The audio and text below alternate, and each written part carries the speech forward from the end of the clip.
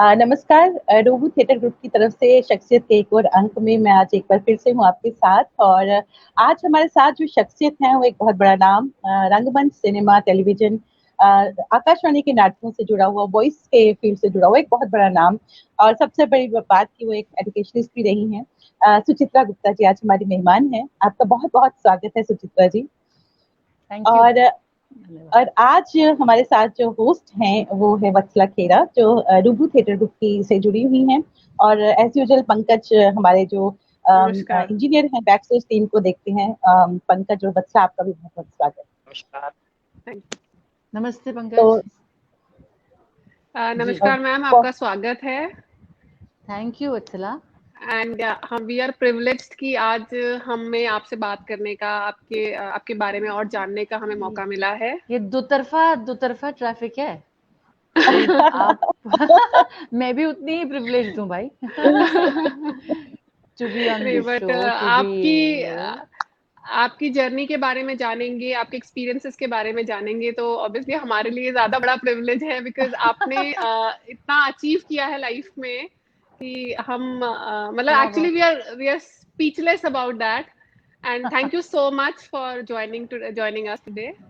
Thank And you we are for most calling me. welcome. And before we start the conversation, a very happy Independence Day to all our countrymen.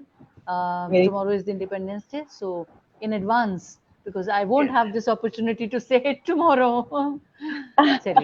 Happy Independence Day to everyone. Yeah. Yes. रूबरू theatre group की तरफ से वत्सला ने बोल दिया, ma'am ने भी बोल दिया। वत्सला, शुरुआत करते हैं मैम से बात करने की। आप पूछिए। मैम, सबसे पहले तो हम आपकी जर्नी के बारे में जानना चाहेंगे। बेसिकली कहाँ से आपने शुरुआत करी थी as a theatre personality, and आप एक एमिनेंट वॉइस ओवर आर्टिस्ट भी हैं, तो उसके बारे में भी कुछ थोड़ा बहुत मतलब हमारे स्पेशली जो हमारे यंग लिसनर्स हैं, व्यूअर्स हैं, वो जानना चाहते हैं। बिकॉज अब जो लोग करियर में स्टार्ट कर रहे हैं, तो आपके टाइम में बहुत डिफरेंस था, आपके टाइम में बहुत डिफरेंस है, तो एक पूरी जर्नी के बारे में आप जितना बता पाए वो हमारे लिए एक बहुत बड़ा प्रिविलेज होगा। मैं तो बताऊंगी ही, बीच में आपका कोई सवाल हो, कोई संशय हो, कोई शंका हो, तो आप काइंडली इंटरप्ट। हाँ जी, कोई ऐसी बात नहीं है। वत्सला, मेरी जर्नी बहुत बचपन से शुरू हुई। मैं करीब 8 या 9 साल की थी जब मैंने पहला स्टेज प्ले किया। और स्टेज प्ले कौन सा था? काबुली वाला। और मुझे आज भी याद है मैंने जिंदगी का पहला डायलॉग कौन सा बोला था। वो फादर अंदर आ चुके हैं घर में, और मिनी यहाँ से आ रही है, एंटर कर रही है, और वो आके पूछती है, बाबा बाबा तुम आ गए बाबा। ये मेरी जिंदगी का पहला डायलॉग था। बाबा बाबा तुम आ गए बाबा। उसके एक्चुअली क्या था, मैं आपको बताऊं कि मेरी पैदाइश है अजमेर राजस्थान की। और मेरी जो शुरुआती अपब्रिंगिंग है वो है भोपाल की, इंदौर की। तो जब मेरे फादर की ट्रांसफ़र हुई इंदौर, तो उन्होंने जहाँ एडमिशन दिलाया मुझे, वो स्कूल था बाल विनय मंदिर। अब पता नहीं है कि नहीं है, मुझे नहीं मालूम, पर उस ज़माने में it was the top most school, सबसे ऊंचा स्कूल। मतलब ये हाल था कि हमारे स्कूल के एनुअल डे पर चीफ मिनिस्टर से नीचे तो आना ही नहीं है किसी को। इतना मकबूल था, मारूफ मकबूल जिसको कहते हैं, प्रोग्राम होता था। तो उसमें सबसे पहले मैंने ये नाटक किया था। और उसके बाद तो मतलब पीपल वर स्पीचलेस, क्योंकि एक छोटी बच्ची से, देखिए बेसिकली तो काबुली वाला और मिनी है प्ले में, है ना। बाकी कैरेक्टर्स तो इंसिडेंटल हैं, आते हैं जाते हैं, कहानी को आगे बढ़ाते हैं, वो है। लेकिन मेन कैरेक्टर जो हैं, जो प्यारा रिश्ता बंधता है, और जो मिनी फिर बाद में बड़ी हो जाती है, उसकी शादी हो रही है तो शर्मा रही है, सकुचा रही है, वो एक अलग मुद्दा हो गया। लेकिन जो रिश्ता बंधता है काबुली वाला का, वो बनता है मिनी के साथ। चिलगोजा खाएगा, उसमें से निकालना, ये तो बहुत बहुत बढ़िया हुआ, बहुत बढ़िया हुआ। अच्छा, उस जमाने में इंदौर कोई बहुत बड़ी सिटी नहीं थी, ठीक ठीक थी, ठीक ठीक थी। तो हम लोग जहाँ से भी निकलते थे तो लोग कहते थे ये मिन्नी के मम्मी पापा हैं, कोई ये नहीं कहता था। मतलब मेरे पेरेंट्स की पहचान मुझसे हो गई, ये देखो देखो देखो तो वो मिन्नी जा रही है, मिन्नी के मम्मी पापा हैं, ये उस तरह की बट दिस इज पहचान बन गई। Such a big privilege for parents के लिए कि एग्जैक्टली अब इतनी छोटी सी बच्ची के नाम से पेरेंट्स जाने जाएं। बिल्कुल। और मतलब वाकई मैं ह्यूमिलिटी अगर थोड़ी देर को छोड़ दूं पीछे तो मैं कहूंगी मैंने उतने साल की बच्ची के लिए काफी अच्छा किया था। क्या बात, काफी अच्छा किया क्या था बात। मैंने। आई एम श्योर जरूर किया होगा, तभी इतना आपको। स्टेशन जाओ, प्लेटफॉर्म जाओ, कहीं भी जाओ, रुको रुको रुको, ये तो मिन्नी है। मतलब वो एक तरह से इंटरपर्सनल रिलेशनशिप्स का स्वरूप कुछ और था ना उन दिनों में, अब और है। तो इस तरह की और मेरे फादर को सबसे ज्यादा खुशी होती थी क्योंकि ही वाज द वन, वो थे जो जिन्होंने मुझे ये इनकरेज किया कि बेटा करो, खूब करो। और इस प्ले के बाद ऑल इंडिया रेडियो ने मुझसे कहा इंदौर के कि अभी भी कहीं कागज रखे होंगे मेरे नाम के जरूर। तब मैं सुचित्रा भारद्वाज थी। तो वो नाटक होने के बाद उन्होंने कहा कि आप ऑडिशन दो बेटा, हाँ फिर आपको हम नाटकों में बुलाएंगे रेडियो के। ठीक है, तो मैं और मेरा भाई हम दोनों गए ऑडिशन देने। मेरा तो निकल गया, मेरा भाई और उसके साथ उसका जो दूसरा दोस्त गया था उनको कुछ ज्यादा आइडिया नहीं था। तो वो क्या कर रहे हैं, राजा तलवार निकाल के जैसे वो होता ब्रैकेट की इंस्ट्रक्शंस भी Yes. पढ़नी। तो खैर मेरा क्लियर हो गया, उनका भी हो गया, मुझे याद नहीं हुआ कि नहीं हुआ, हो ही गया होगा। छोटी जगह है, कम लोग हैं, हो जाता है, फेवर भी हो जाता है थोड़ा बहुत। तो वहां से जो जर्नी शुरू करी वत्सला, वो जर्नी आज तक टचवुड मुसलसल चल रही है। और किसी ने मुझसे एक इंटरव्यू में पूछा कि आपकी सबसे बड़ी अचीवमेंट क्या है, क्या अचीवमेंट है आपकी? नाटक करना, ये कर, मैंने कहा नहीं, ये सब चीजें तो हम बहुत लोग करते हैं, इस चीज को इतने लंबे अरसे तक संभाल कर जी पाना और आज तक जीते रहना, मैंने कहा वो सार्थकता है मेरी। क्या बात, वो सार्थकता है मेरी। बिल्कुल मैं सही आज कहा। भी इस उम्र में भी मैं आज काम कर रही हूँ, काजल के साथ कितना काम करती हूँ, काजल डांट भी देती है। मैंने बहुत सीखा है, मैंने मैम से इतना सीखा जब से मैं दिल्ली आई हूँ। मैंने इनसे सच में बहुत सीखा है, बहुत सारी चीजें सीखी है मैंने। आई एम प्रिविलेज कि मुझे आपके साथ काम करने का अरे मौका मिला। क्या बात, क्या बात, क्या नहीं, मजा आ रहा है। अच्छा क्या होता है मैं आपको बताऊं, नाटक जो है उसका एक बड़ा अहम रोल है, कैथारसिस भी करता है, आपको कहीं जी, आपके दुखों से भी बाहर निकालता है, आपको कहीं किसी और दुनिया में ले जाता है और आप भूल जाते हो कि आप किस जहनियत के साथ बैठे हो, घर से निकले हो तो क्या जहनियत थी। तो मैं I am always thankful and grateful to Kajal. Kajal ने मेरे मैम। काफी, अब तो कुछ समय हुआ, तो काजल ने पूछा आप काम करोगी, मैंने कहा हाँ करूंगी ना, और मैंने काम किया, मैंने काम किया। तो वो एक जिसको कहते हैं मुझे दिली खुशी मिली। एक तो मैं घर से निकली, ऊपर से फिर काजल के साथ काम किया, अपने पुराने नए दोस्त मिले, वो अपने आप में एक बहुत बड़ा एक्सपीरियंस था। लेकिन वो जो काम करने की जो एक शिद्दत होती है ना, वो शिद्दत मैंने कभी खोई नहीं, उसको मैंने इसलिए एक हमेशा अपने आर्टिस्ट, अंदर। मैं कहती एक आर्टिस्ट जो होता है वैसे भी एक लाइफ में मतलब परफॉर्मेंस के साथ वो एक्चुअली काफी सारी जिंदगियां जी रहा होता है। हाँ तो बिल्कुल ये जी रहा एक होता है। बहुत बड़ा प्रिविलेज होता है कि हम एक ही लाइफ में डिफरेंट डिफरेंट कैरेक्टर्स को देखते हैं, उनको फील करते हैं, उनकी तरह परफॉर्म करते हैं। तो बिल्कुल ये एक एक बात मैं भी यहाँ कहना चाहूंगी कि अभी जब लॉकडाउन चल रहा था तो एक नाटक चल रहा था आपका आकाशवाणी पे, एक आवाज मोहब्बत की, लल्लेश्वरी। तो वत्सला ने हाँ मुझसे हाँ पूछा था, वत्सला ने सुना था वो नाटक, याद है तुमको? तुमने हाँ, मुझे मैंने कहा था सुना बहुत था वो छोटी। नाटक। हाँ और फिर मैंने उनको बताया था सुचित्रा जी ने लल्लेश्वरी किया है हाँ इसमें। हाँ। अच्छा, मैंने काजल दी काफी नाटक सजेस्ट करती है, बट मैंने जब ये वाला सुना तो स्पेशली मैंने उनको नाटक खत्म होते ही कॉल करके पूछा कि ये आवाज बहुत ही खूबसूरत आवाज थी। तो मैंने तभी कॉल करके पूछा, मैंने कहा ये किसकी आवाज थी? तो अच्छा वत्सला, एक और इसी जर्नी का बहुत बड़ा हिस्सा है जिससे शायद आज की जनरेशन उतनी वाकिफ ना हो, और वो जी। ये है कि मैंने लाइव काम किया है, क्या रेडियो पर भी बात। और दूरदर्शन पर भी। आप मानेंगी, मैंने अच्छा। रेडियो पर, जी बिल्कुल, जब तक रिकॉर्डिंग नहीं आ गई, वो भी हाँ बड़े हाँ बड़े हाँ स्कूल्स, आप तो जानती हैं, हाँ काजल हाँ। टेक्निकल हैं, आप भी जानती होंगी, तो जब तक वो सब रिकॉर्डिंग वाला सिस्टम नहीं आ गया, हम प्रोग्राम्स लाइव करते थे। और मैं, अब एक इंसिडेंट है बड़ा अजीब सा भी है और हंसी भी आती है, अच्छा भी लगता है, लेकिन एक जी। प्ले हम कर रहे थे, तब मैं रही होंगी कोई 11 साल की, 10-11 साल की। हम्म तो अच्छा, उस जमाने में ना स्क्रिप्टें इतनी वो हल्की फुल्की नहीं थी, वो साइक्लो स्टाइल मोटी मोटी स्क्रिप्टें आती थी हमारे पास। और जब वो स्क्रिप्टें आती थी तो हाथ में किसी बच्चे के लिए पूरी स्क्रिप्ट को पकड़ना, जिसको बोलते हैं ना अंग्रेजी में, हरक्यूलियन टास्क होता था, ओह। बड़ा मुश्किल काम। और जब वो बच्चा बेचारा पहले पेज से आखिरी पेज तक मौजूद है, तब आप समझ लो कि उसकी क्या क्या कैफियत होगी।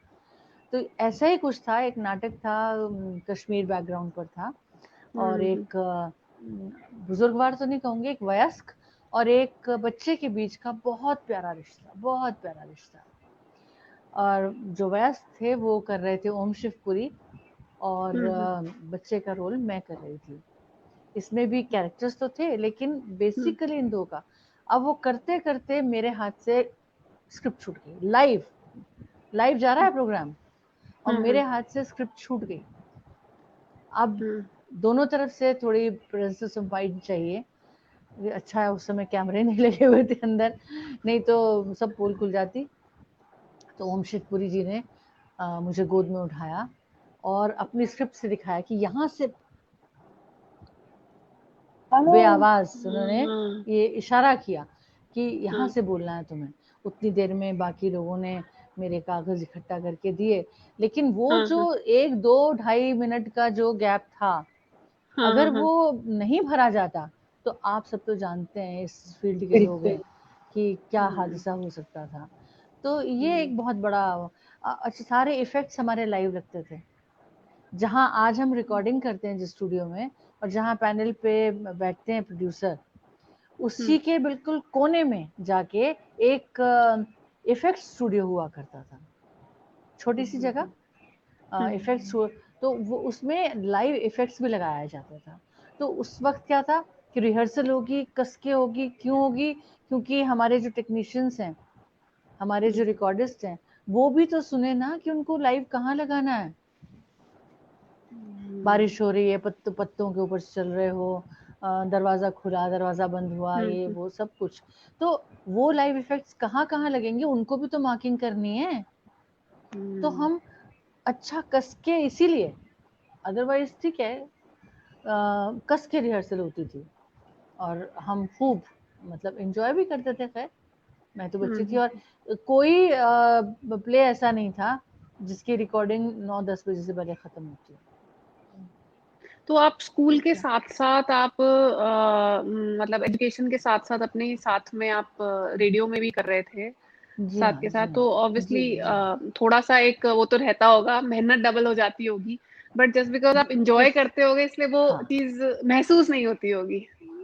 जो चीज आपके शौक में शुमार हो जाए, हाँ वो हाँ आपके हाँ हाँ पैशन में शुमार हो जाती है। और हाँ हाँ पैशन हाँ। फिर आपसे बहुत कुछ करवा लेता है, फिर वो छोड़ता नहीं है, वो जिन की तरह है, पीछे पड़ता है तो फिर पड़ा ही रहता है। वो आज तक उसने पीछा नहीं छोड़ा है। आज तक पीछा नहीं छोड़ा, आज भी हम कर ही रहे हैं, काम कर रहे हैं सब पूरा।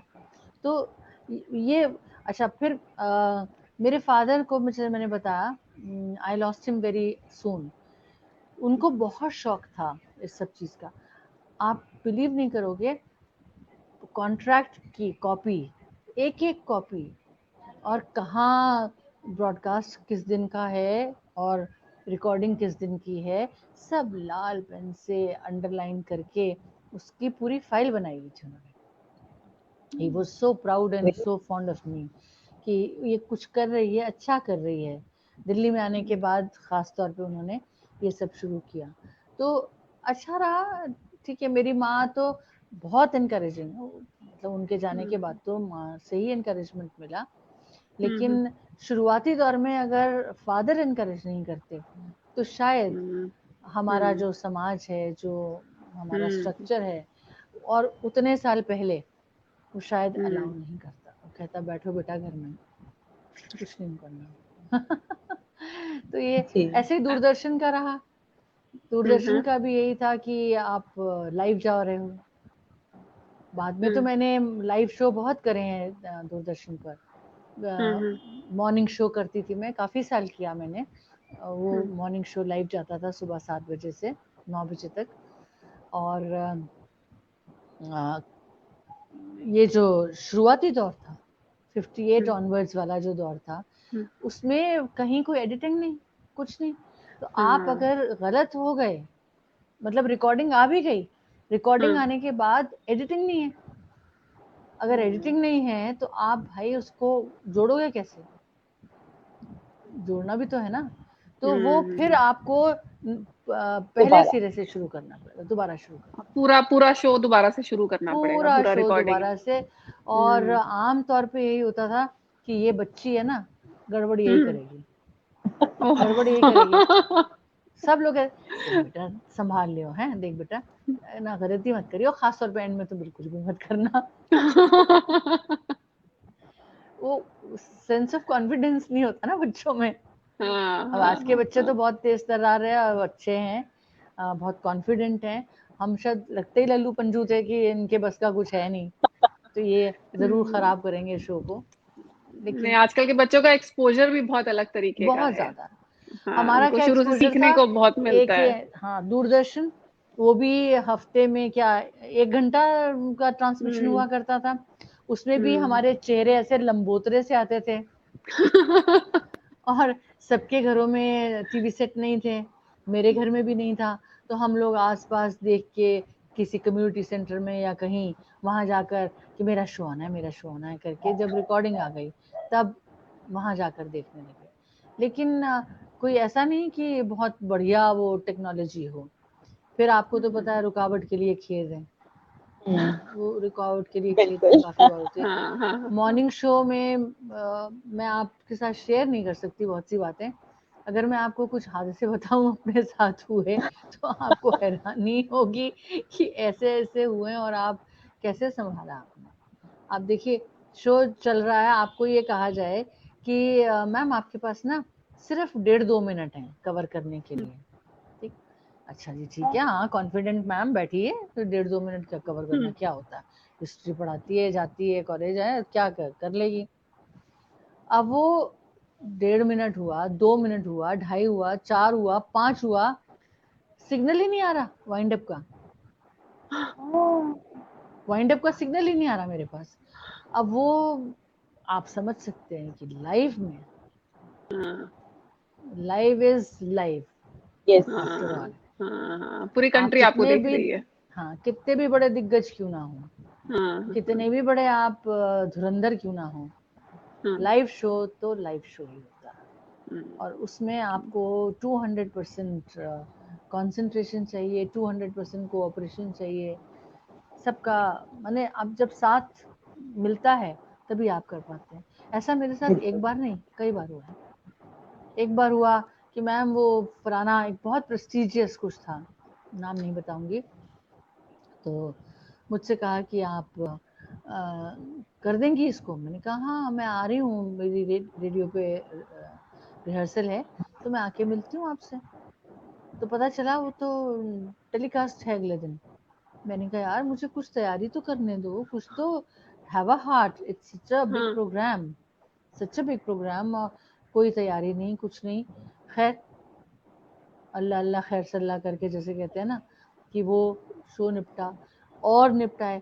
बस मतलब जिंदगी ने एक सही धुरी पे डाल दिया था, तो शायद सब कुछ ठीक होता गया। नहीं तो पढ़ते बेभाव के इतने ज्यादा कि मारते 10 और गिनते 1। सही बात है। इतनी इतनी ये तो किस्मत है। सही चलता रहा, जो कुछ भी मिला ईमानदारी से किया, छोटा काम हो बड़ा काम हो, किया मैंने पूरी ईमानदारी के साथ। उसमें कहीं कोई ये नहीं किया कि अरे यार 2 लाइन बोल रही है। 2 लाइन तो खैर कभी बोली भी नहीं मैंने किसी नाटक में, शायद मुझे याद भी नहीं पड़ता। पर ये वाली अप्रोच नहीं थी। ये था कि नहीं, जो करना है वो शिद्दत के साथ करना है, मेहनत के साथ करना है।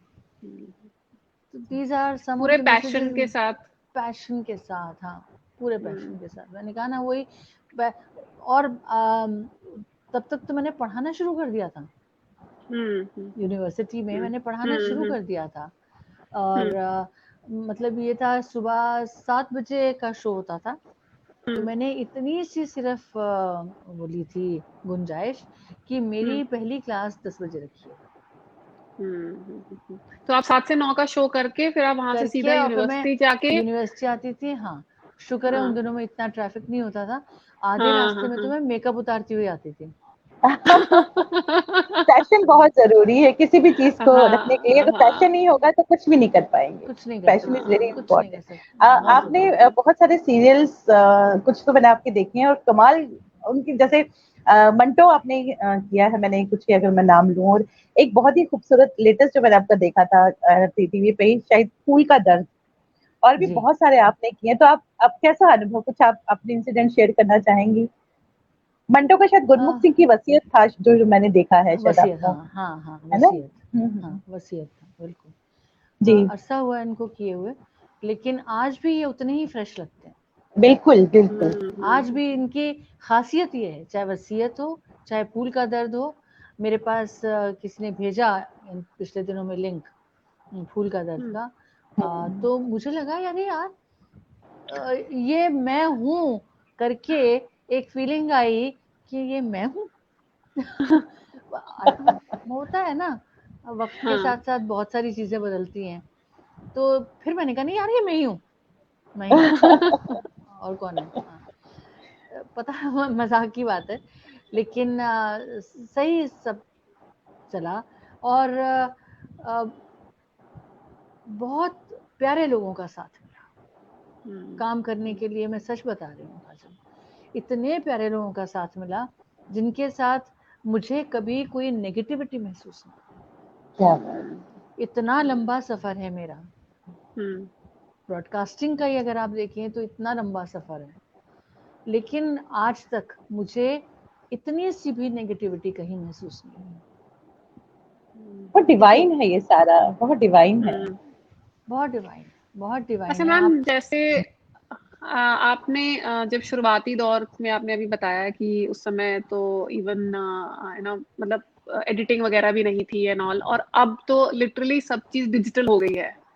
तो अब आपको क्या लगता है कि ये पूरा जो जर्नी है, ये इसके बारे में जैसे आप क्या, मतलब इसके बारे में हमें कुछ बताइए कि हम इसको किस तरीके से आपने पूरा देखा है, इवॉल्व होते हुए देखा है आपने पूरे मीडिया को, पूरा टीवी को, दूरदर्शन को है, ऑल इंडिया रेडियो है, आपने पूरा उसको इवॉल्व होते हुए आपने उस जर्नी के साथ देखा है। बिल्कुल तो उसके बारे में बिल्कुल देखा। देखिए, एक तो मैंने पूरा इतना हिस्सा आपको बताया कि जहाँ पे आप पूरा का पूरा लाइव जा रहे हैं, और स्टूडियो में जो काजल घड़ी लगी हुई है ना, तो वहाँ पे हम जब डायरेक्टर साहब की आवाज आती थी दिस फुल मिनट, एक बार को तो खून ना ऐसे हो जाता था कि अब मतलब लाइव जा रहे हैं हम, लाइव जा रहे हैं हम। अब तो मतलब गलत हो गया तो पता नहीं कितने लोगों के बीच की गलती हो जाएगी। बड़े होके भी मैंने किया थोड़ा बहुत लाइव में, लेकिन उतना नहीं, खैर लेकिन ज्यादातर यही था।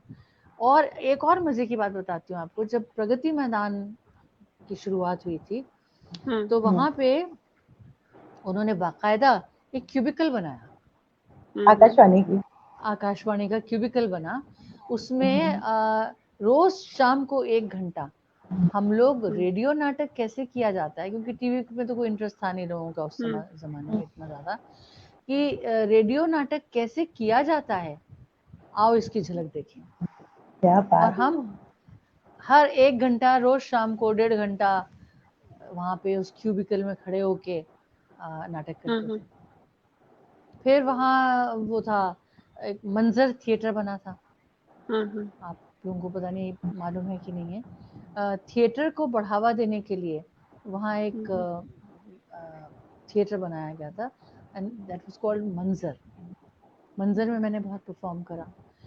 लेकिन ये देखो, अब जो जर्नी की बात आप कर रहे हो, जर्नी जी, तो है ही है, इसमें तो कोई डाउट जी। नहीं। मैंने कहा ना, मेरी अपनी सार्थकता में जो देखती हूँ वो यही है कि इतनी लंबी जर्नी को आज तक बनाए रखना। बहुत बड़ी बात आते हैं लोग, 5 साल किया, 10 साल किया, 20 साल किया, फिर कुछ हो गया, सर्कमस्टेंसेस फेवरेबल नहीं रहे, व्हाटएवर, बिल्कुल। बाहर निकल जाते हैं। लेकिन मेरे जैसे लोगों ने बहुत इस पूरे क्रम को जिया है, पूरे क्रम को जिया यहाँ है। मैं ये जरूर कहना चाहूंगी, ये एक तपस्या है और आप एक इंस्पिरेशन है उन यंग लोगों के लिए जो आज के फील्ड में कुछ करना चाहते हैं, कि ये नहीं कि आज यहाँ है इसको स्विच ऑफ करो, कल वहां जाओ, वहां स्विच ऑफ करो, वहां जाओ, इससे आप कुछ सीखने को नहीं मिलता। तो ये आपकी बहुत इंस्पिरेशनल जर्नी रही है, बहुत ज्यादा। बिल्कुल, मतलब और इसके साथ साथ एक अडेप्टेबिलिटी, देखिए ना, एक अडेप्टेबिलिटी भी है। मैंने सभी मीडियम्स में काम किया है, सिनेमा में उतना नहीं किया, लेकिन हाँ बाकी सभी मीडियम्स में मैंने अच्छा खासा काम किया है। और उस काम में आपकी अडेप्टेबिलिटी की बहुत सख्त जरूरत है। आप टीवी कर रहे हैं, आप जैसे बोल रहे हैं, बोलिए ना, कोई हर्ज नहीं है, सब जा रहा है माइक के थ्रू। ये आप रेडियो कर रहे हैं, माइक आपके साथ है, आपका दोस्त है, सब कुछ आपका एक विस्पर भी पकड़ लेगा। स्टेज नहीं, आपको ये बेनिफिट स्टेज नहीं देता आपको। वो कहता है बेटा दम लगा ले, दम लगा के आयशा वाली बात है कि अगर अच्छा, फिर उसमें सबसे बड़ी क्या प्रॉब्लम है, जो पहली लाइन में बैठा है वो कहेगा पागल है ये, व्हाई इज ही और शी शाउटिंग। और आखिरी लाइन वाला कहेगा, अगर आप हल्का बोलोगे, कि आवाज में दम नहीं है क्या? आवाज तो थ्रो ये करनी जो, नहीं आती है क्या? हाँ, प्रोजेक्शन का ये जो पूरा सिलसिला है, हाँ, आप एक मोड में काम कर रहे हो, रेडियो पे काम कर रहे हो, टीवी पे किया आपने, उसके बाद आप स्टेज पे आए, स्टेज पे आपके पास सामने बड़ी ऑडियंस बैठी हुई है, लंबी चौड़ी ऑडियंस बैठी हुई है आपके सामने, आपको तो पता ही है क्या कैपेसिटी है इन हॉल्स की। तो उनके सामने जब कभी भी परफॉर्म करो तो एक ही अडेप्टेबिलिटी बहुत जरूरी थी, कि आप कैसे अपनी आवाज पे काम करो कि पहली लाइन वाले को भी बुरा ना लगे और आखिरी लाइन वाले तक भी आप पहुंचो। आवाज की आपने बात की, तो रेडियो में तो बिल्कुल अलग है, थिएटर में बिल्कुल अलग है। आवाज की अगर हम बात करें तो मुश्किल कौन सा लगा आपको, रेडियो या थिएटर? क्या बताऊं, मतलब मुझे प्रिय तो दोनों ही हैं, लेकिन हाँ मैं ये कहूंगी कि शुरुआती दौर में किसी के लिए भी रेडियो मुश्किल हो, रेडियो हो सकता है थोड़ा मुश्किल हो। कारण ये कि आप क्या कर रहे हैं रेडियो पे, आपके पास एक स्क्रिप्ट है, कागज है, चंद कागजात हैं, उन कागजात में आपकी आंखें गड़ी हुई हैं, वो आप राजा भी बन रहे हैं, रानी भी बन रहे हैं, आप ये भी बन रहे हैं, वो भी बन रहे हैं, कोई कॉस्ट्यूम नहीं है, कुछ नहीं है, अपनी आवाज के माध्यम से आप एक दुनिया क्रिएट कर रहे हैं, आप अपने श्रोता को बांध रहे हैं, उस दुनिया से बांध रहे हैं आप। तो आपको विजुअली एक पिक्चर क्रिएट करनी है, विजुअल क्रिएट करना है। अगर आप नहीं कर पाओगे अपने सुनने वालों के साथ तो फेल हो आप। आप नाटक सुनो, कान आंख बंद करके नाटक सुनो तो आपको आनंद आएगा, अरे अच्छा ये लगता है ऐसा हो रहा है, वैसा हो रहा है। तो अभी भी जो पुराने नाटक बज रहे हैं, मैं ज्यादातर आंख बंद करके ही सुनती हूँ। ट्रेवल करते हैं साथ साथ हम लोग। मुझे अच्छा मैम, आपका जैसे आप सॉरी कुछ कह रहे थे, नहीं आप कुछ कह रही थी। हाँ नहीं, मैं ये कह रही थी कि ये अडेप्टेबिलिटी, ये चेंजेबिलिटी, ये सब बहुत जरूरी होती है हर मीडियम में। अब टीवी पे अगर आप हैं, आप कैमरा के सामने हैं, तो आप बहुत सारी लिबर्टीज ले सकते हैं, बहुत सारी लिबर्टीज ले सकते हैं। हम्म, बहुत लिबर्टीज ले सकते हैं आप, लेकिन स्टेज पे नहीं ले सकते हैं। अब आप देखो ना, स्टेज पर आपके पास कॉस्ट्यूम भी है, लाइट है, म्यूजिक है, आपके और सह कलाकार दिख रहे हैं जो सामने। यहाँ तो दिखता कोई नहीं है। मैं आपको एक बहुत मजेदार किस्सा सुनाऊं।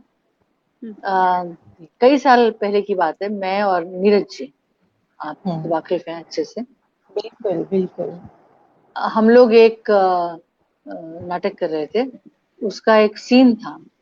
अच्छा, उस जमाने में ना लोग देखने के लिए आ जाते थे कि रेडियो नाटक कैसा आ रहा है। सिक्योरिटी का इतना बड़ा कोई इशू भी नहीं था, तो अलाउड था। मतलब अलाउड ऐसे तो नहीं, लेकिन हाँ, ये मेरे जानकार हैं, ये मेरी बेटी है, ये मेरा फलाना है, तो देखने दो थोड़ी देर।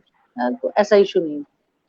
तो मैं और नीरज जी, हम लोग एक सीन कर रहे हैं, और नीरज तो हमेशा हंसते हैं, कहते हैं कि सबसे ज्यादा माइक्रोफोन रोमांस मैंने आपके साथ ही किया है।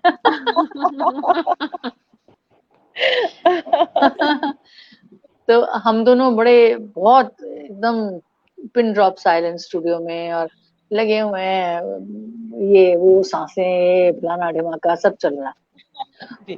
ऐसा लग रहा है जैसे ना ये दो पता नहीं गले मिलके क्या कर रहे हैं, ये आभास हो रहा है। तो वाकई वो जो देखने आए थे, वो उधर से निकल के पैनल के इधर की तरफ आए कि देखे तो सही, ये कोई चारपाई बिछी हुई है क्या? क्या क्या हो रहा है यहाँ पर? What is happening, what is happening?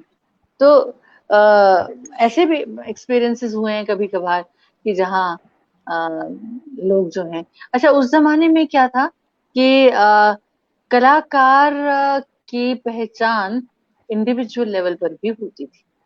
बिल्कुल। मतलब हमारे नाम से, आप यकीन मानिए काजल, चिट्ठियां आती थी। मैंने तो ये सुना है कि आपको कहा जाता था कि आप मीना कुमारी हैं। आप ना उनके साथ आपको कनेक्ट किया जाता था, और ये सच में है, ये बिल्कुल। बाद में जब मैंने इस चीज को फील किया, जो लोग कहते थे बिल्कुल सही कहते थे। कमाल है आप। हम लोगों के नाम से चिट्ठियां आती थी, हाँ बड़ी अच्छी आवाज है, आवाज का इस्तेमाल करने की सलाहियत भी है, वेरी एनकरेजिंग लेटर्स। तो अभी काफी साल तक तो मैंने सहेज के रखी, फिर अब घर बार शिफ्ट करने के चक्कर में कहाँ चली गई इसका अंदाजा नहीं। लेकिन हाँ, वो टाइम बहुत बहुत इनकरेजिंग था। और मैं आपको बताऊं, ये भी बहुत कम लोगों को पता होगा, 25 साल पहले या तकरीबन उसी वक्त ही एक कैंपेन शुरू हुआ था, पोलियो, मीजल्स, खसरा, इस सब के खिलाफ। और अब तो खैर दिग्गज आ गए हैं जो अपील करते हैं कि 2 बूंद जिंदगी के ये। तो उस समय I was the first face on Doordarshan, year after year, coming as A&M in white sari and saying DPT के 3 टीके एक महीने के अंतर पर जरूर लगवाएं। आपको वॉइस ऑफ इंडियन रेलवेज भी खिताब दिया गया है, तो उसके बारे में हमें बताएं कुछ।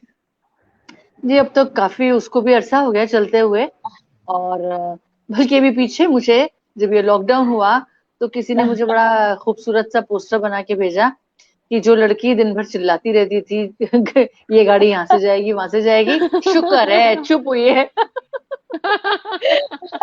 उसे भी आराम मिला, उसे भी आराम मिला। हमारे साथ बहुत से लोग जुड़े हुए हैं, सुचित्रा जी, बहुत सारे, निरुपमा जी जुड़ी हैं, उन्होंने लिखा एंजॉइंग दिस सेशन। सरला मेहता जी जो हमेशा हमारे साथ जुड़ती हैं, वो लिख रही है कि बहुत गर्व प्राउड फील कर रही हैं वो आपको इस शो में देखकर। करीब 40 ईयर्स से मैं आपको जानती हूँ, बहुत नाटक देखे, मुरीद हूँ तुम्हारी और दोस्त, ये लिखती हैं। जासमीन गुप्ता, श्रद्धा श्रीवास्तव है हमारे साथ, वो लिखती हैं कि बहुत दिल था आपसे मिलने का और यकीन नहीं था कि ऐसे मिल पाऊंगी। उपेंद्र नाथ रैना जी जो आकाशवाणी से हैं, वो भी लिखते हैं कि बहुत अच्छा लगा। बहुत सारे लोग जुड़े हैं, तो बस सिलसिला अभी बातों का आगे जारी रखते हैं। और आई एम श्योर कि जितने लोग हमें देख रहे हैं, जिसमें यंग जनरेशन भी है, वो जरूर इंस्पायर हुए होंगे आपकी इस जर्नी से। हम इसको कंटिन्यू रखते हैं आगे। इस जर्नी में हाँ बताइए। जी। जी जी जी। कुछ कह रही थी आप? अच्छा, मैं ये हाँ। कह रही थी कि आपने स्टेज भी बहुत किया है, तो जैसे और बहुत जब आप स्टेज पे जाती हैं तो जाने से पहले आखिरी चीज आप क्या करती हैं? जैसे पर्दा उठ गया और आपकी एंट्री है, तो क्या करती हैं आप? उससे ऊपर वाले पहले का आपकी नाम क्या? लेती हूँ, उससे पहले बटरफ्लाईज, बटरफ्लाईज। मुझे पता है क्या लगता है कि आज मुझे जी। खांसी आएगी शो के बीच में, और मेरे साथ एक बार हो चुका है, शायद वो डर वहीं बैठा है।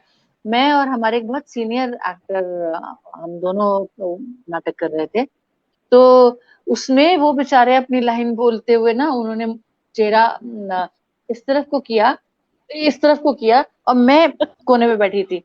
अब मुझे इतनी जोर की खांसी आई कि मुझसे रुकी नहीं, और मैं उठ के ग्रीन रूम में चली गई। जब बेसमेंट का होता था ये, और उन्होंने बेचारों ने जब वापस मुंह किया तो देखा गायब है को एक्टर। तो लेकिन थिएटर में मैंने जो दो तीन चीजें की हैं काजल और वत्सला, जी जी एक जिसके लिए मैं अपने आप को लकी भी मानती हूँ और प्राउड भी फील करती हूँ। जी। एक मैंने किया है एकल नाटक, और क्या जी। बोलते हैं अंग्रेजी में उसको, जो सोलो। भी बोलते हैं, सोलो, हाँ जो भी सोलो बोल। नाटक, हाँ सोलो। हाँ मोनोलॉग मोनोलॉग। मोनोलॉग, नहीं मोनोलॉग, हाँ हाँ मोनोलॉग हाँ किया हाँ है। हाँ। तो वो किया, और वो एक्चुअली बड़ा अच्छा हमारा डायरेक्टर था, he was very very fond of me, बड़ी बहन समझता था अपना ये वो। तो तीन नाटकों का जिक्र करूंगी मैं यहाँ आपके सामने। एक तो ये जहाँ ये मैंने सोलो करा परफॉर्म, और ये नाटक था निर्भीक विद्रोहिणी, जी निर्भीक विद्रोहिणी। जी। ये एक्चुअली अंग्रेजी का एक प्लेलेट था, अ ब्लैक वुमन स्पीक्स, उसके ऊपर आधारित था। तो वो पूरा, अच्छा इसमें वत्सला मोनोलॉग में प्रॉब्लम ये होती है कि आपको संभालने वाला आपका कोई को एक्टर तो है नहीं। अगर आपसे कोई गलती हो गई, आप वापस उसी पेज पे कैसे आओगे, क्या मैकेनिज्म करोगे? मैं तो भाई बहुत ईमानदारी से मानती हूँ, मैं इतनी चतुर चालाक नहीं कि मैं एकदम से होता है, डर होता है, और होना भी चाहिए। वो आपकी डर जरूरी भी होता है। क्रिएटिव एनर्जी को बरकरार रखने के लिए, और आप कंप्लेसेंट ना बने, तो जो बटरफ्लाईज की मैं बात कर रही थी, वो होने जरूरी भी है। नहीं तो आप कहते हो यार कल ही तो शो किया था, परसों भी तो किया था, है ना, तो कंप्लेसेंसी आ जाती है, वो ना आए तो अच्छा होता है। तो उसी के उसमें बता रही हूँ मैं। तो मैं हर बार ये सोचती थी कि यार ये पूरा नाटक 1.25 घंटा 1.5 घंटे का नाटक था, ये सिर्फ मेरे बोलने पर आधारित, मैं चूकी तो ये नाटक आधे घंटे में खत्म हो जाएगा और ऑडियंस बाहर। कितना, मतलब आप देखिए वजन कितना होगा इस चीज का मेरे दिमाग बिल्कुल पर। बिल्कुल। और इतनी बहुत ऑडियंस जो हॉल में बैठी है उसको बांध के रखना बांध उस के डेढ़ रखना। घंटे के लिए। और हाँ, आपने मतलब इतनी सी एक एक फ्रैक्शन ऑफ सेकंड की भी गलती अलाउड नहीं होती है इसमें। और अगर आप फ्रैक्शन ऑफ सेकंड आपकी अटेंशन डाइवर्ट हो गई, कहीं किसी ने चिप्स का पैकेट खोल लिया, है चपड़ चपड़ हो गया, कुछ हो गया, तो you start feeling very disturbed. तब उस समय आपको ये देखना है कि मैं 200% अटेंशन कैसे रखूं, कैसे रखूं। एक तो ये हुआ, एक दूसरा मैंने किया silent play, non verbal. Non verbal. उसमें उसका जो हाई पॉइंट था वो ये, खैर अब वो तो बड़े लोग हैं उनको कहाँ याद होगा, लेकिन हम तो उस याद को संजो कर रखते हैं। उस्ताद अमजद अली खान साहब ने बाकायदा मेरे एक्शंस को देखकर म्यूजिक कंपोज किया। 2 दिन 3 दिन हम लोग काम करते रहे साथ में। ग्रीन पार्क में एक स्टूडियो है, तो वहां हम लोग काम करते थे, वो मेरी रिहर्सल देखते थे। शफात अहमद खान साहब थे तबले पर, और उस्ताद जी थे इस पर, सरोद पर। तो उन्होंने इतना खूबसूरत म्यूजिक इवॉल्व किया, बिकॉज कैसे भरोगे साइलेंस को, और तो कुछ है नहीं आपके पास भरने को। बिल्कुल। तो उसके लिए उन्होंने और उनके लिए एक्शन देखना भी जरूरी था। जब तक मेरा एक्शन नहीं देखेंगे तो कैसे पता चले कि ठक यहाँ ये म्यूजिक चाहिए, ठक यहाँ ये म्यूजिक चाहिए, या ठक यहाँ ये चाहिए। तो वो भी मेरे दिल के बहुत प्रिय है, नजदीक है। और एक मैंने किया, वसंत देव है मराठी राइटर, उनकी एक कविता है, लॉन्ग पोएम है, अरण्य किरण। अरण्य किरण, अरण्य किरण में क्या बोलूं मैं, मतलब it was a new concept कि मैं और उमा शर्मा जी पेयर्ड थे, एक और कलाकार यामिनी जी के साथ पेयर्ड थे, और एक और कलाकार राजा रेड्डी के साथ पेयर्ड थे। ये तीन, ये महाभारत पर बेस्ड था सारा। तो पूरा का पूरा जो ये है कि एक डांसर कैसे इंटरप्रेट करेगा और एक एक्टर कैसे इंटरप्रेट, डांसर का इंटरप्रिटेशन क्या होगा, उसके साथ ही आप रुको थमो थोड़ी देर, एक्टर को भी देख लो बेचारे को कि उसका इंटरप्रिटेशन क्या है।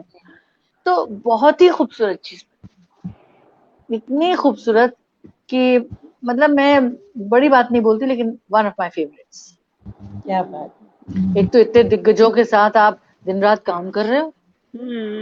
उमा जी का जहाँ स्कूल है वहां हम लोग रिहर्सल्स किया करते थे, और इतने बड़े बड़े लोगों के साथ काम करने का अपना आनंद था। और बहुत बहुत बहुत बहुत सीखने को मिलता है इतने लोगों के साथ बिल्कुल काम करो, तो और सीखने को बहुत मिलता है। उनकी हमारी विधाएं अलग अलग हैं, लेकिन एक बात कॉमन है, सेंसिटिविटी। सेंसिटिविटी तो कॉमन है ना, पैशन भी, सेंसिटिविटी भी, वो कॉमन है चीज। तो उस कॉमननेस को कॉमन ग्राउंड पे कैसे लाएं, उस कॉमननेस को कॉमन ग्राउंड पे कैसे लाएं कि वो उथला उथला ना लगे कि एक्टर आया अपना कर गया, डांसर अपना कर गया, नहीं ऐसे नहीं, कैसे लाएं उस चीज को। तो वही उसकी खूबसूरती थी कि जहां डांसर ने छोड़ा वहां एक्टर ने शुरू करा, एक्टर ने छोड़ा वहां डांसर ने शुरू करा, मतलब अमेजिंग। वो कोऑर्डिनेशन वगैरह बैठानी है ना।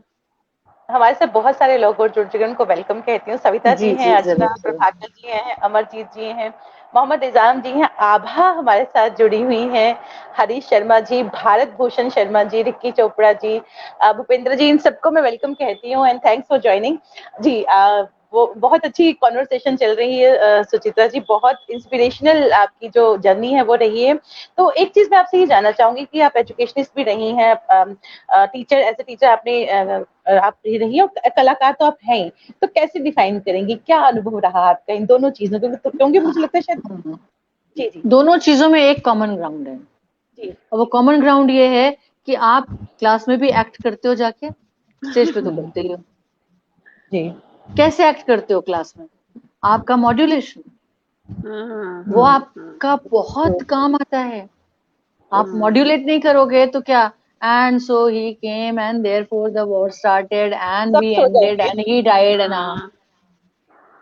and he was killed and he died मेरे एक टीचर ये कहा करते थे, and he was killed and he died, तो किल्ड हो गया तो डाइड तो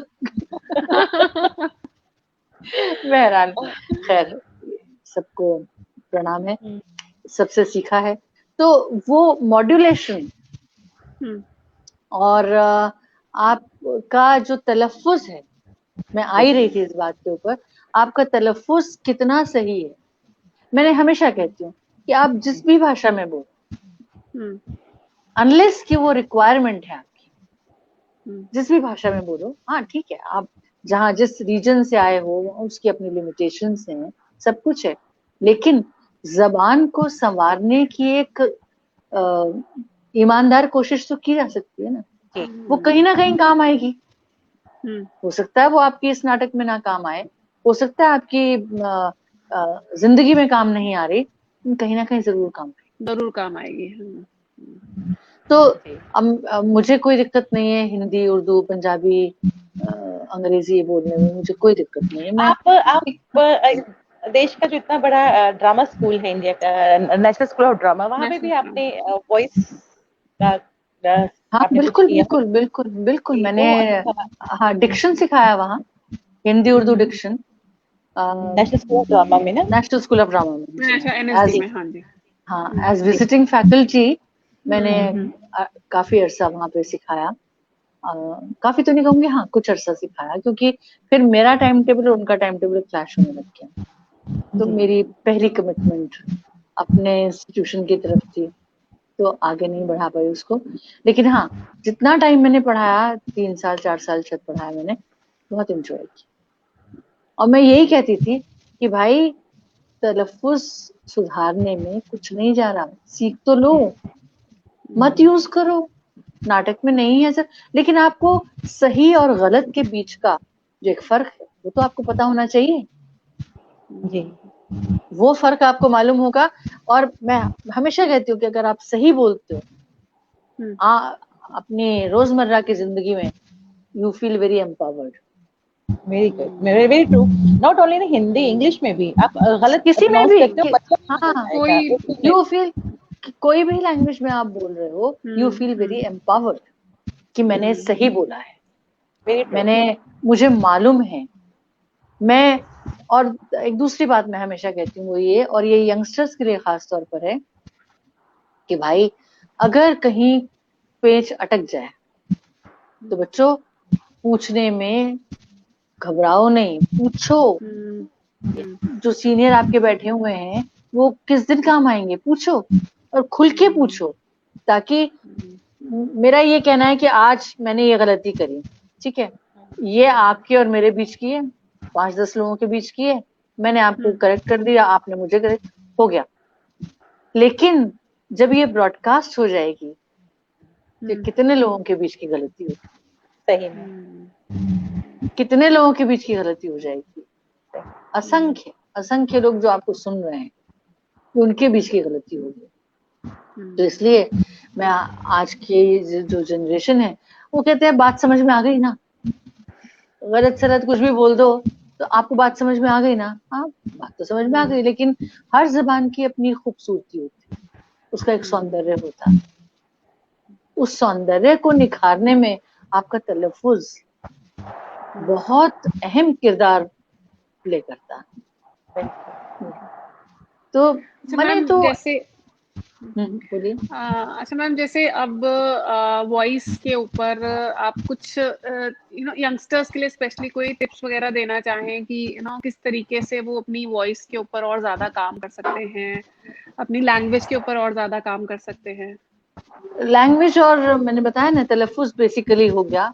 और फिर आपको, हम लोग जब नाटक करते थे, मतलब करते हैं अभी भी मेरी स्क्रिप्टें आप उठा के देखिएगा तो उनमें मेरे कैरेक्टर के ऊपर गोला लगा हुआ होगा, और मेरे मुझे कहाँ पॉज लेना है, कहाँ अंडरलाइन, हालांकि अब जरूरत नहीं है शायद उतनी, लेकिन एक आदत सी बन गई है।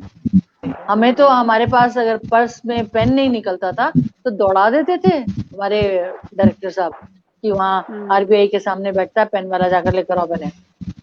इतना इतना इम्पोर्टेंस दिया जाता था उसको। तो मतलब ये लोग देखिए, ये करते रहने की विद्या है।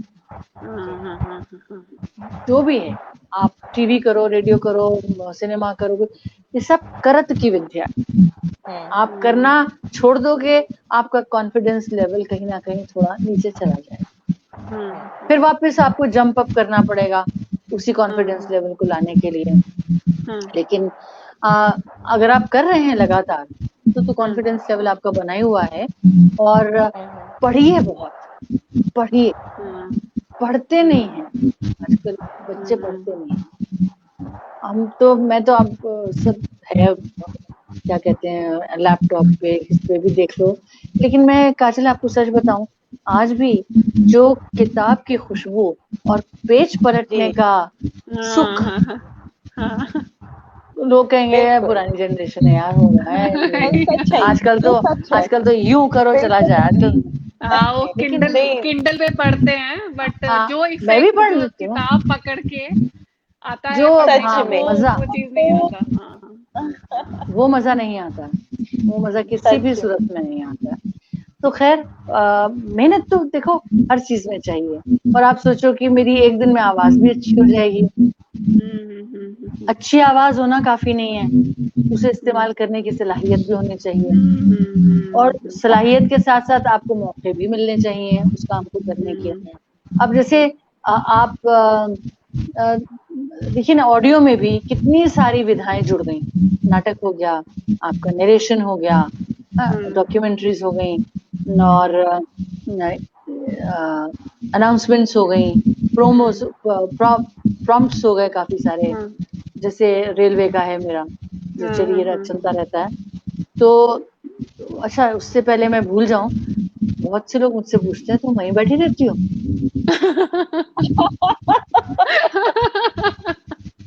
24/7 वहीं बैठे हैं तुम? मैं कहा कुछ और काम नहीं है।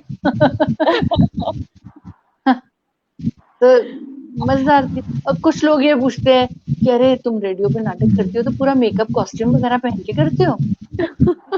अरे भाई क्या जरूरत है उसकी, है ना?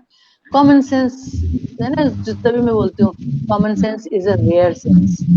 तो ये है कि मेहनत तो ये नहीं है कि आज मैंने बहुत अच्छा पढ़ लिया तो बहुत मिल गया मुझे। एड्स करते हैं हम, एड्स अलग दुनिया है। प्रोड्यूसर कहेगा ये 10 सेकंड में चाहिए मुझे, ये 20 सेकंड में चाहिए, स्क्रिप्ट है आपकी 22 सेकंड की, 23 सेकंड की, स्क्वीज कैसे करोगे? डबिंग की दुनिया है, इतनी बड़ी दुनिया है डबिंग की। तो वो सारी चीजें मैंने की, हमें मतलब कर रही हूँ अभी भी, और डिक्शन पढ़ाती भी हूँ प्राइवेट इंस्टीट्यूट में। आजकल तो खैर कोरोना की वजह से तो सब बंद है। हाँ, सब बंद है, लेकिन अभी पिछले साल तक, मार्च तक बाकायदा मुसलसल ये चलता रहा है सिलसिला, मैंने पढ़ाया है, और बहुत मजा रहता। 1-to-1 वहाँ पे वो भी क्वेश्चन होती है। अब ये जो वर्चुअल दुनिया है, ये शायद मेरी जनरेशन के लोगों के लिए नई चीज है। समझते हैं हम, ऐसा नहीं है कि नहीं समझते, लेकिन एकदम आप कहो कि वही बात आ गई, अडेप्टेबिलिटी। अगर अडेप्टेबिलिटी है, इलास्टिसिटी है आप में, तो कुछ मुश्किल नहीं। अब मैं बैठी हूँ, मुझे कोई प्रॉब्लम नहीं है, मुझे जाओ छो।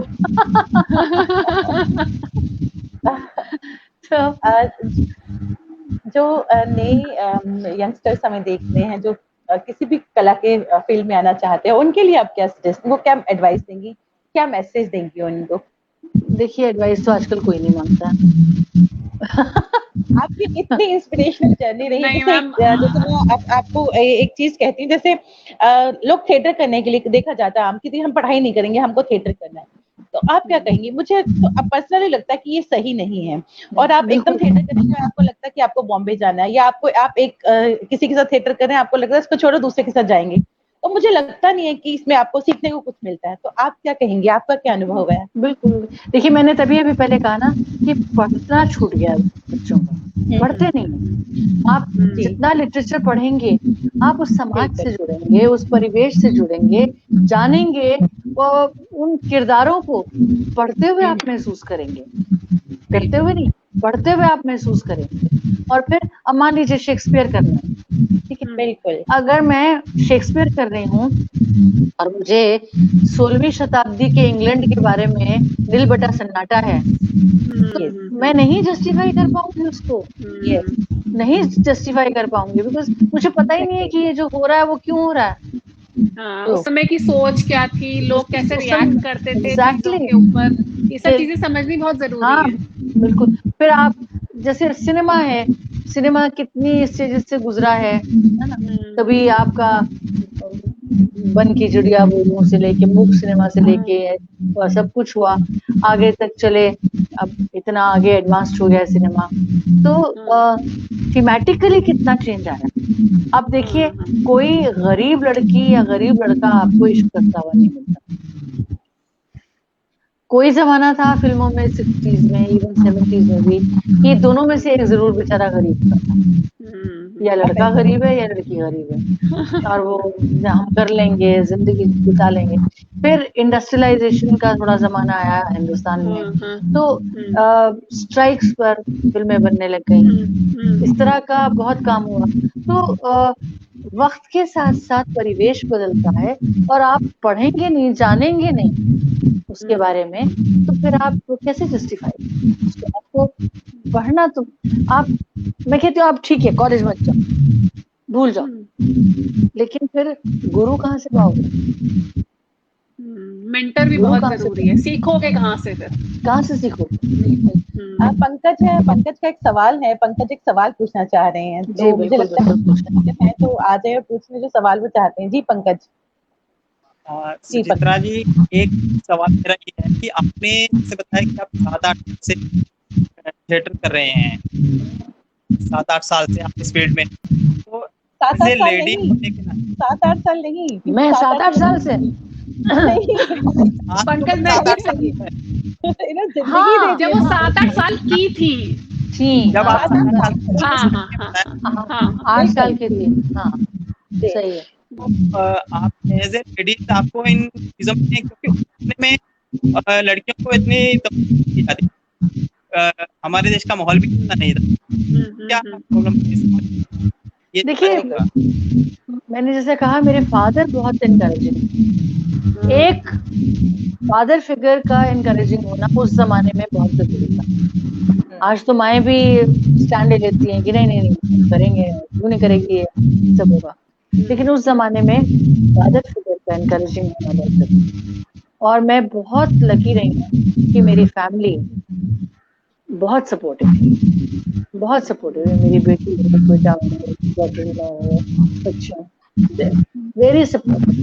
मेरे हस्बैंड सबसे बड़े, मेरे हस्बैंड ने इतने साल हमारी शादी करके रहे, उन्होंने एक दफे भी नहीं मुझसे पूछा कि भाई तुम ये 10 बजे कहाँ से आ रही हो या 11 बजे कहाँ से आ रही हो, थिएटर कर रहे हैं तो भाई देर तो होगी, या थिएटर क्यों कर रही हो, इतना नजदीक क्यों खड़ी थी, ये था, है ना। ये सारी जो हदें लगा दी जाती है, आई बिन वेरी, मुझे कभी इस पे कोई सवाल नहीं, आ जाओ, हाँ ठीक है, अगर ज्यादा देर हो रही है तो कोई बात नहीं, बात ताला लगा हुआ, अच्छा भी से खोल लेना, अंदर आ जा, इतना कूल। इसमें भी फिर कुछ ना करे इंसान तो फिर तो बेकार है ना। ये बहुत बहुत, अभी तो मतलब शायद मैं याद भी नहीं कर पा रही हूँ और मैंने क्या क्या किया होगा, लेकिन हाँ मैंने एंकरिंग से लेके बड़े बड़े कलाकारों के लिए एंकरिंग किया, लाइव एंकरिंग, उमा जी हूँ, यामिनी जी हूँ, राजा रेड्डी हूँ, राधा रेड्डी हूँ, जितने बड़े बड़े आपके म्यूजिशियंस हैं, बिस्मिल्लाह खान साहब रहे जब उस जमाने में, सबके लिए मैंने एंकरिंग की। अपने बाल गंधर्व जी, आप नाम लीजिए और मैंने सबके एंकरिंग की। आप प्रगति मैदान में जब ये 14 दिन का मेला लगता था, तो उसमें बहुत एक से बढ़कर एक कलाकारों को शाकुंतलम थिएटर करके हुआ करता था उस समय। अब तो धराशायी हो गया होगा, तो उस जमाने में वहाँ एक से एक जो मतलब A+ कैटेगरी का कलाकार है वो वहाँ आएगा।